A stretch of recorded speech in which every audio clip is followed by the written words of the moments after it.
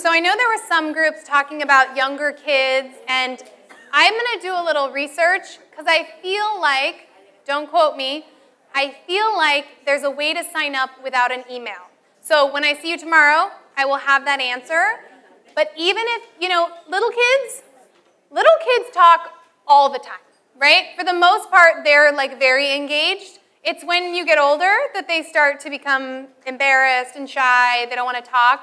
But if you are loving this idea and you teach kindergarten or first grade and you think, oh, I love this tool, but I can't really use it with students, maybe you start a course for the teachers at your school in your grade level, or the teachers who are trying to go blended, where it's a place for you guys to ask questions, to share resources. Because Schoology can do a lot more than just discussion, but I'm just showing you like a little sliver because I don't want to overwhelm you, because I know it's nice to just focus on one thing and get some clear steps, and then we can focus on something else.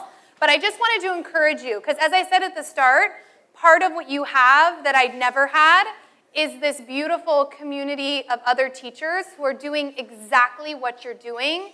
And maybe you can use Schoology to keep conversations about what's working and what's not working happening into the school year. Okay, so step 6 is keeping those conversations going. Now, I always tell students how many replies they have to do. I give them ideas for how to reply, but I realize they struggle a little bit to respond to each other because they've all been asked the same question. So I realized that I needed to come up with what I call exit strategies. And exit strategies are basically strategies where a student is answering my question, right? So I have a discussion question, they type their answer. Before they press submit, I want them to end their answer with an exit strategy.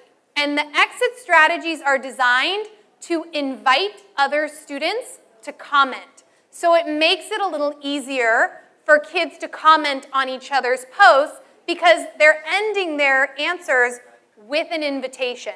So let me show you what that looks like. So let's say I ask a question and a student understands part of it. And so they answer the question to the best of their ability, but at the end, maybe they ask for further clarification.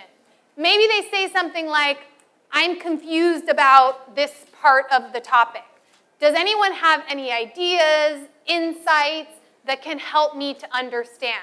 So if you think back to that example question about Maya Angelou, maybe somebody responds and they talk about their experiences in their life, but maybe they end by saying, I didn't really get what she means by blight of ignorance. What do you guys think this means, right? So then another student who understands what that means can jump in and reply. So it makes that reply feel more natural.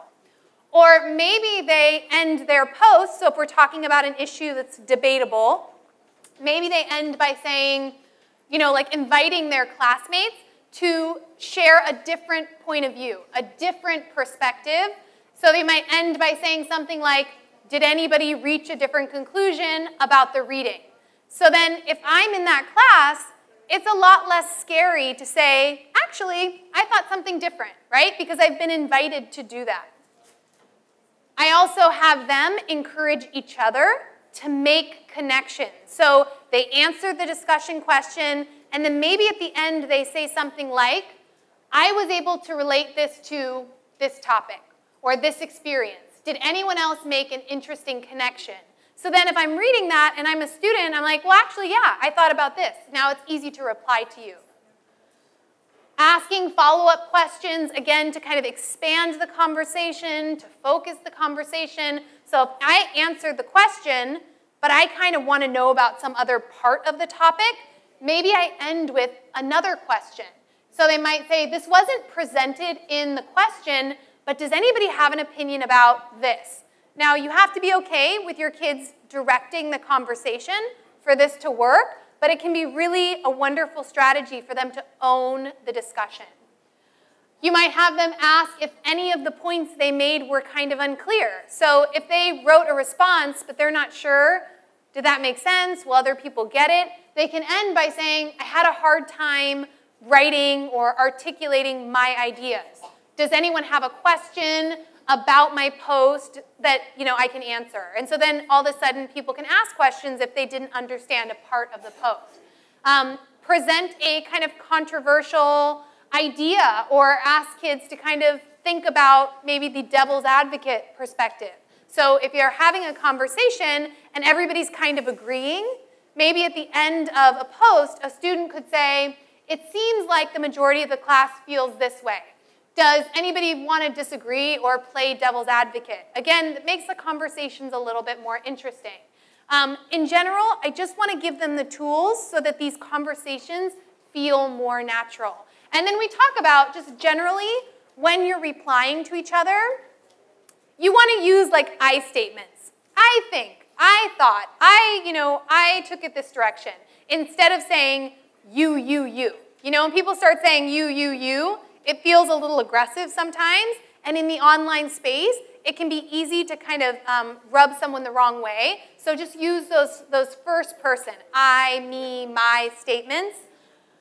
Use each other's names. We talk about this all the time. The first month of school, I tell students all the time, use each other's names. I don't want to see a single reply that doesn't have a name. You need to acknowledge that other person. We are building a community in this space.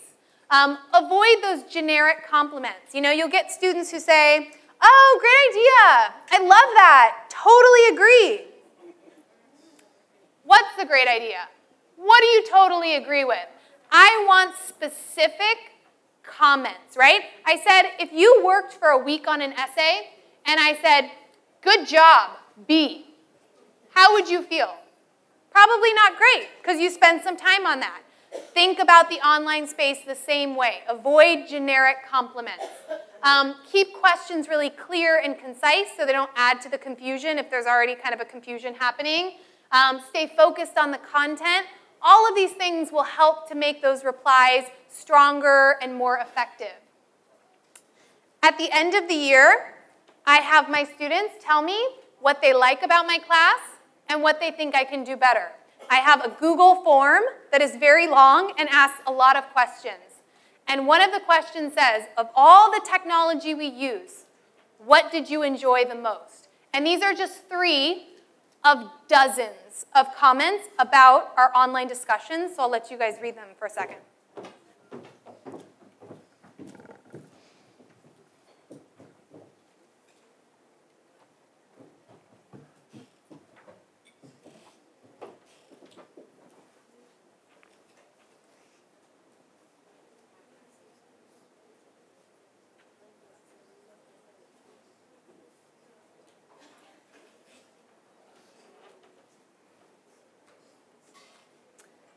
So for me, when I read these comments, it's just validation that they really enjoy the space and they see the value of learning how to engage in this space, right? It taught me how to properly use the internet, how to be kind online, right? All of those things are really important, and it's social, and they get to learn from each other. They're all benefits of online discussion.